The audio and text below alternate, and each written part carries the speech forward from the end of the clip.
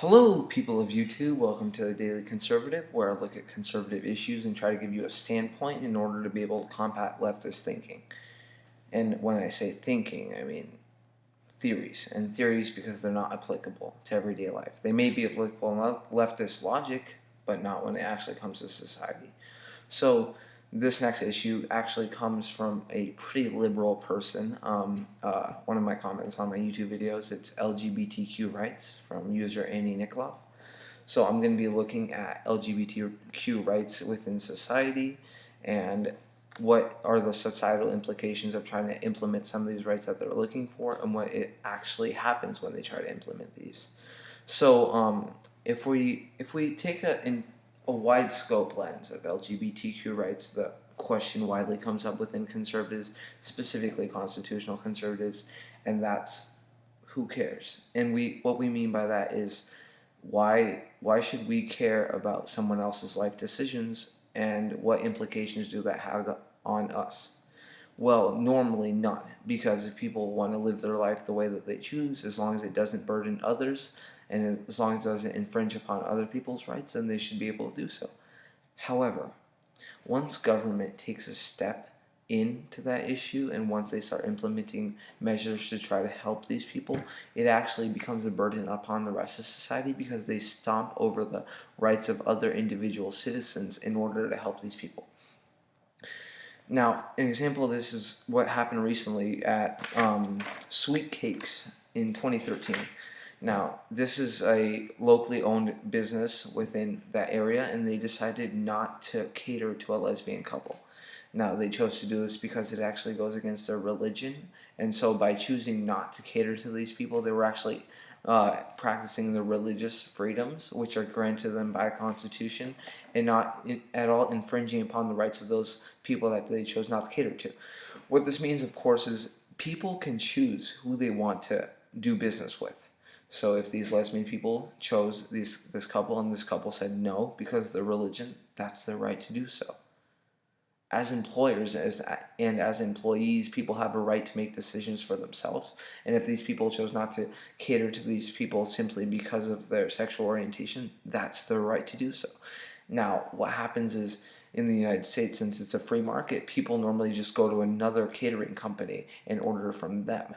Because, of course, there are different types of catering companies, and if one chooses to serve to another group of people and chooses not to serve to a specific sexual orientation, then usually they go out of business, even if they are practicing their religious liberties. Because, of course, if there's another company that chooses to cater to those people, then they get the business that the other company chose not to do.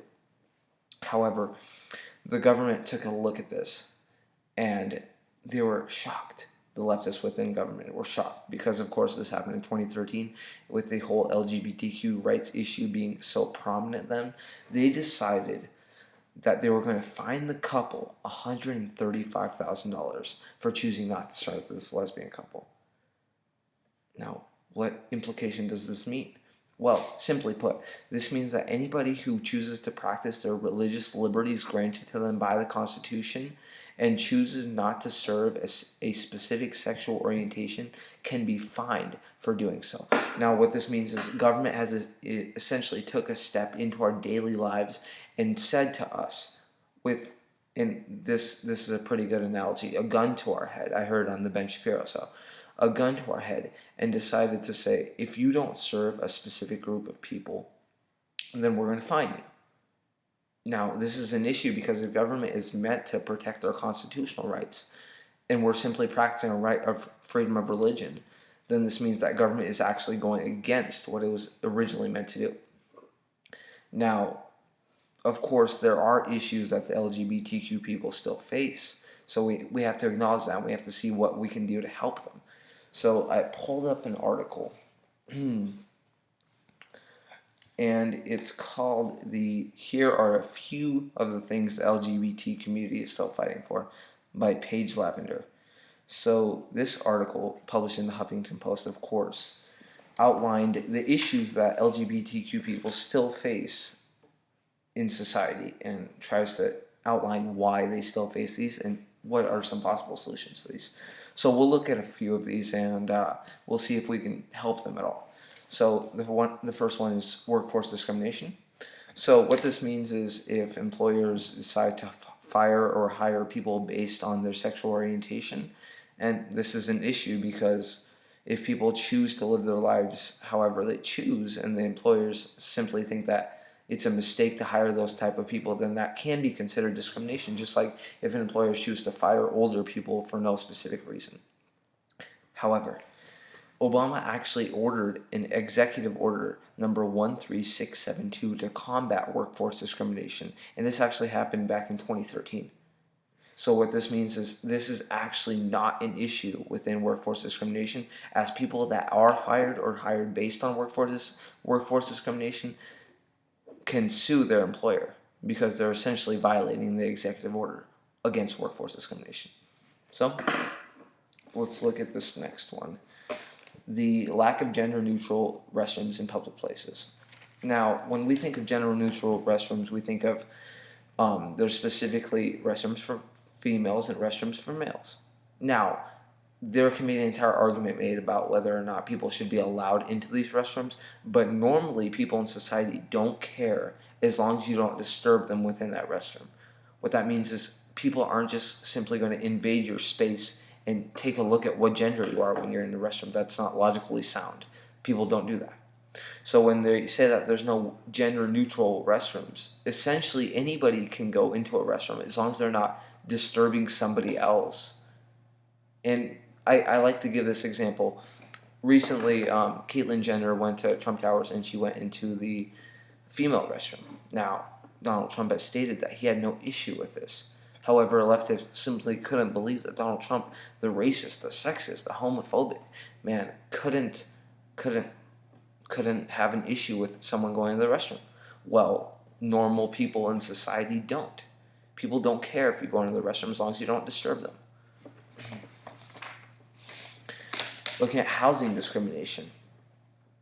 There have actually been laws against housing discrimination, specifically when it came to lesbian couples. However, recently, HUD.gov has released an article stating that anybody who's discriminated based on their sexual orientation can sue the person that discriminated against them. What this means is when people buy or sell houses, if someone decides not to buy or sell a house specifically because the person is of a specific sexual orientation, then the person can be sued. However, commonly people don't even know the sexual orientation of the person that they're buying or selling a house from, because typically people use realtors, and those are the people within transactions that actually do all the paperwork and get everybody to sign it without actually having to meet face to face.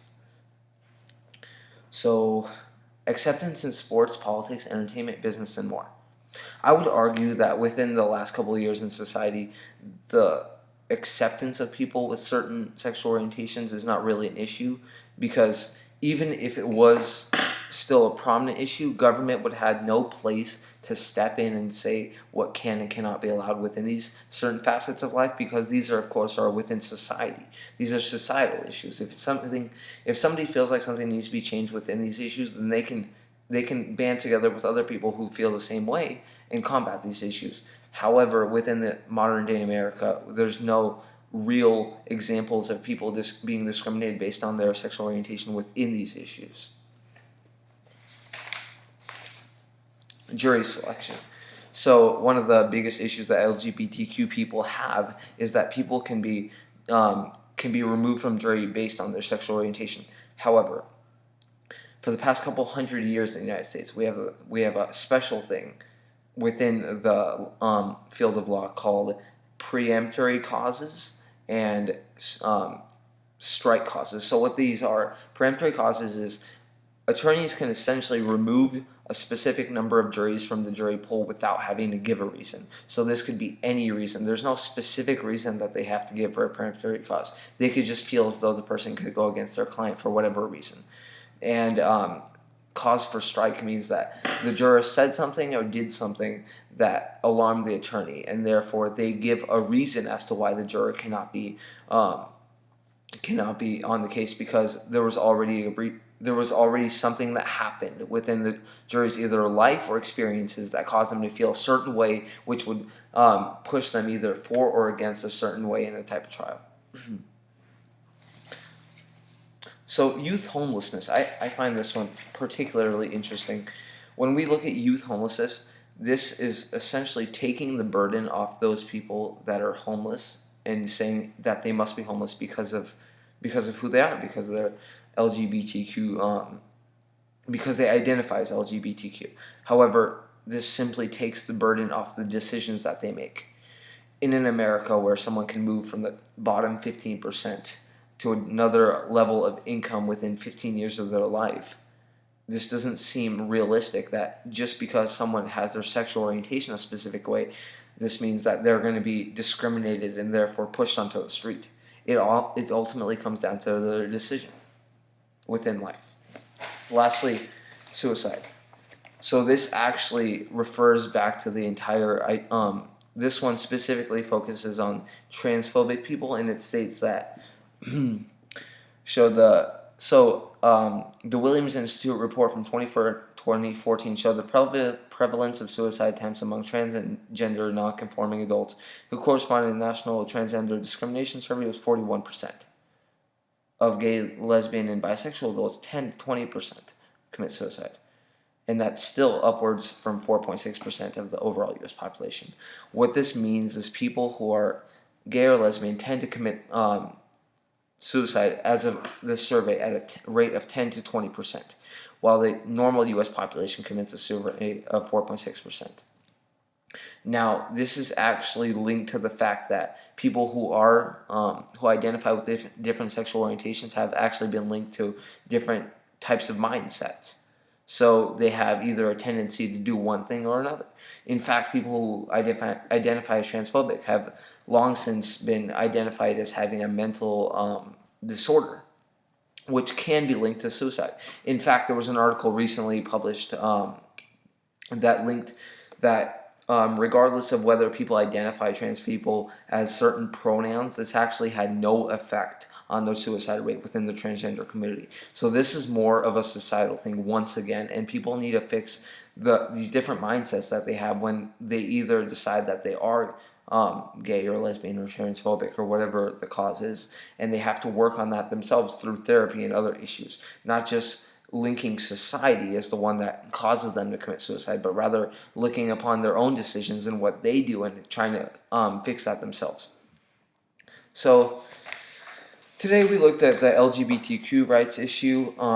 If you guys have any questions or comments, please leave those down below. And if you have any videos that you want me to do on any issues that you have whenever battling leftists, as we all like to do, or whenever you come across something within society, feel free to leave a comment, and I'd love to do a video on that. So, thank you.